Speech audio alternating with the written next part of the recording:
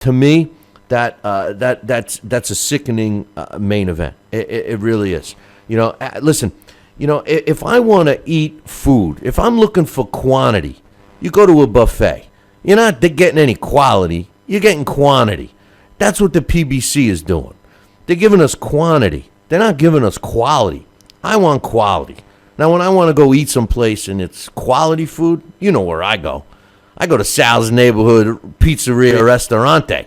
That's where I go because that's got the best pizza in the planet, and I'm a fat bastard, and I like the pizza. Oh, speaking of Sal Cenicola, Rocky, he joins us right now. What's up, brother? Hey, Billy, how are you? That's a great introduction. How do you we like got that? More pizza waiting for you anytime, buddy. Hey, I was hoping to be there in the middle of October. I was already saving room, man. I was saving room for the pizza. But Sal, today's topic. I'm glad I saw you hanging around here. But today's topic really, and I know I haven't had a chance to talk to you about it, so I'm going to wing it at you. But I made the comment today that today's, we're always saying, the problem with boxing today, this and that, right? I think I hit it on the head today. Two things. One, fighters don't fight. Two, promoters don't promote. Fighters don't take the toughest fights. They try to find the easy way. Promoters aren't even promoting them anymore. They try and resurrect guys, that have been around or whatever, and they don't want to, introduce the fans to new fighters. What's your thoughts on my brash comment that fighters don't fight and promoters don't promote? Billy, that is definitely a macro view picture, right? With everything you just said. And, fighters don't fight. And we go back 20 years ago, maybe 30 in my case. But, these fighters today, it's like they want to fight. They say they're the baddest guys on the planet. And some of them, I can't speak for everybody. Some of them are very good fighters, very good prospects, very good champions. But, when you had the old heyday in the Mecca, these guys wanted to prove that they were the best out there. They always fought up from where they were in their career to challenge and get another hand up on the ring of the ladder. And they proved themselves. And the promoters were excited to put these guys together because they knew it would be a great fight. They knew it was a great match. And somehow, I think it's translated where we have to keep our champion a champion, and we have to promote and do what we got to do to help that case. And I just don't see the fire. I don't see a lot of what I would hope to see from a young prospect who's looking to prove he's the best and wants to take on anyone and all challenges from everywhere. And this champions, the same thing, to defend themselves and to make sure that they could solidify themselves in a history book instead of just, okay, guess what? I got a belt in my closet. I was a world champion. There's one thing. That's one approach. But the other is, hey, I want to be written down in the world annals of being one of the greatest fighters of all time. I don't see many of those fighters out there today. And, we go back always to Floyd. And I spoke in behalf of Floyd where I see if this was his whole intent to develop his style where he was going to walk around 30 years from now fully intact with his cognizant ability, then maybe this is hats off to him, and he's done it all. He's done a great job. Yeah, I don't have... Yeah. Yeah, but I know what you're going to say. No, but I don't have. You see, he plays he puts the playing field in his favor. That I don't agree with, and that's why I know you're going. No. What I was going to say is I applaud him too for that, but don't tell everyone you're the best ever. You can't be the best ever if you're not, taking on the best and toughest challenges. Which brings me to this, because you said something that I wanted to comment on. Protecting their belts. How about the fight from this past weekend with Deontay Wilder against Johann Duhaupas? Okay, this past weekend, this fight happens. Now Wilder is a champion, and yet what we're supposed to accept with him is that he's still being developed. Now, Andre Berto, who was Floyd Mayweather's last opponent, followed the same exact path a few years ago. And he was a young and up-and-coming, exciting fighter. Next thing you know, they buy him a belt.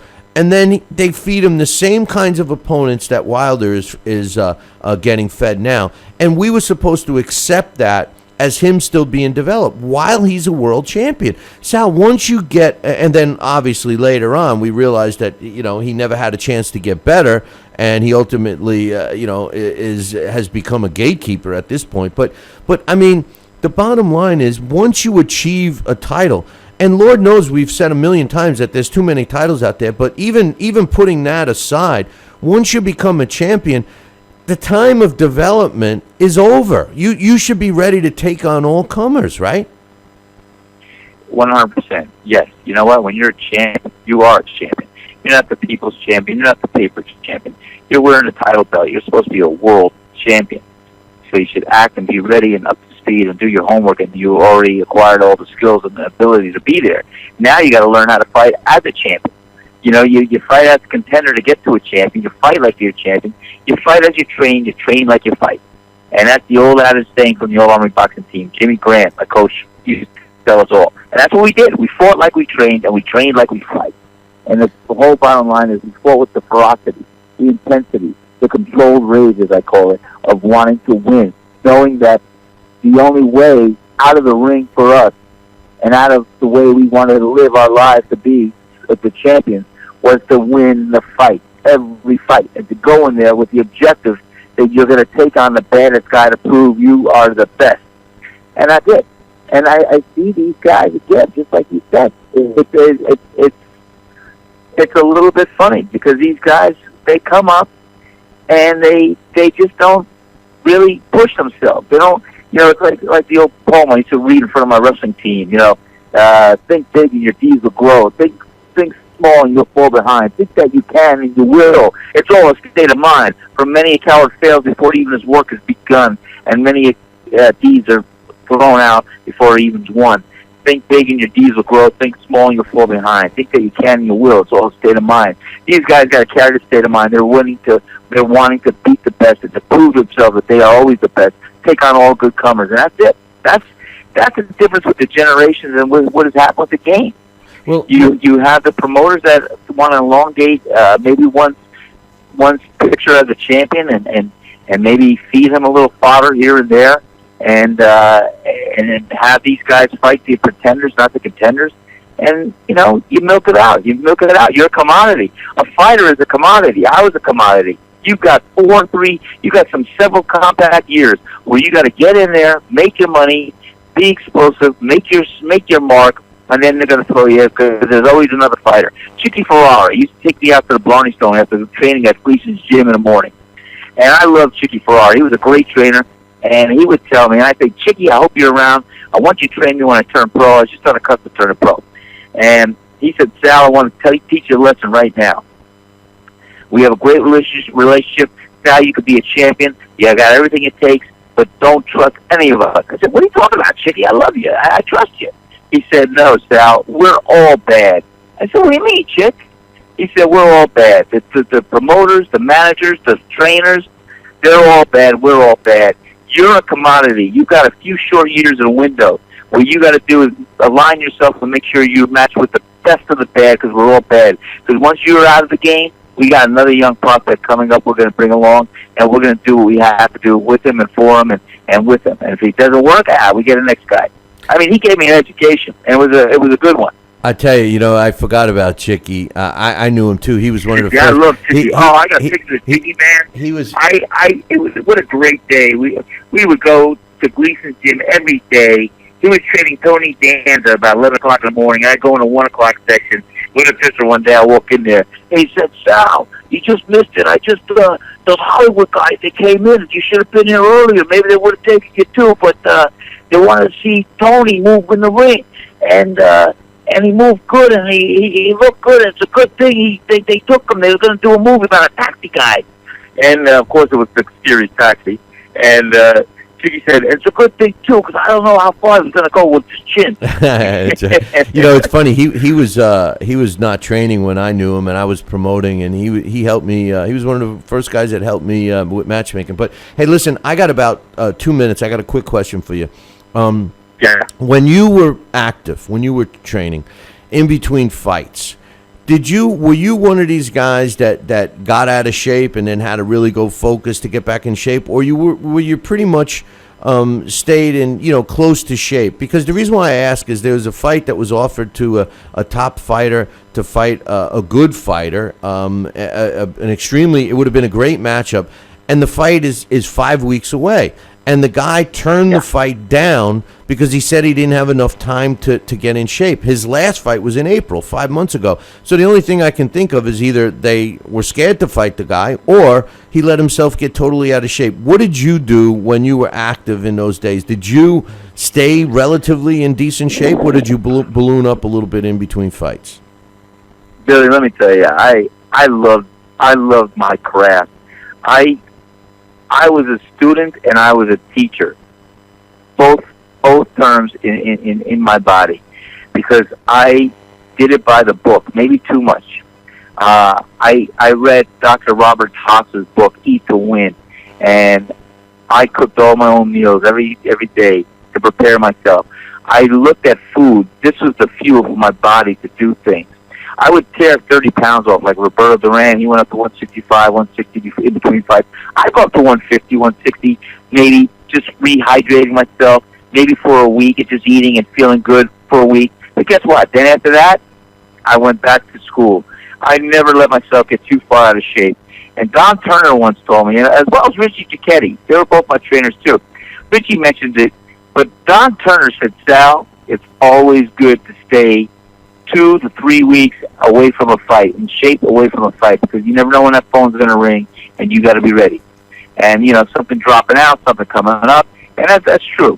And that's where I was when I was with Don Turner in my career, where I was on the cusp of just having one or two incidents or a phone call to step in and do something that needed to be done. But, yeah, I always kept myself in shape, Billy. I like I said, I walked on hot coals, I slept on a bed of nails, and that's the way I did it, because I knew I wanted to be the best. I knew I had to do things, and I was an extremist, and that's probably what hurt me, because I was obsessive-compulsive and an extremist. But I did it right for me. And like I said, I was always in shape, always kept myself 3%, 4% body fat, always ran, always did my sprints, my intervals, my fartlek, everything. I was so impressed with my training regimen. I have it all documented in daily journals. Tell you who helped me was my buddy Jerry Palmieri, who's a head strength training coach of the New York Giants today.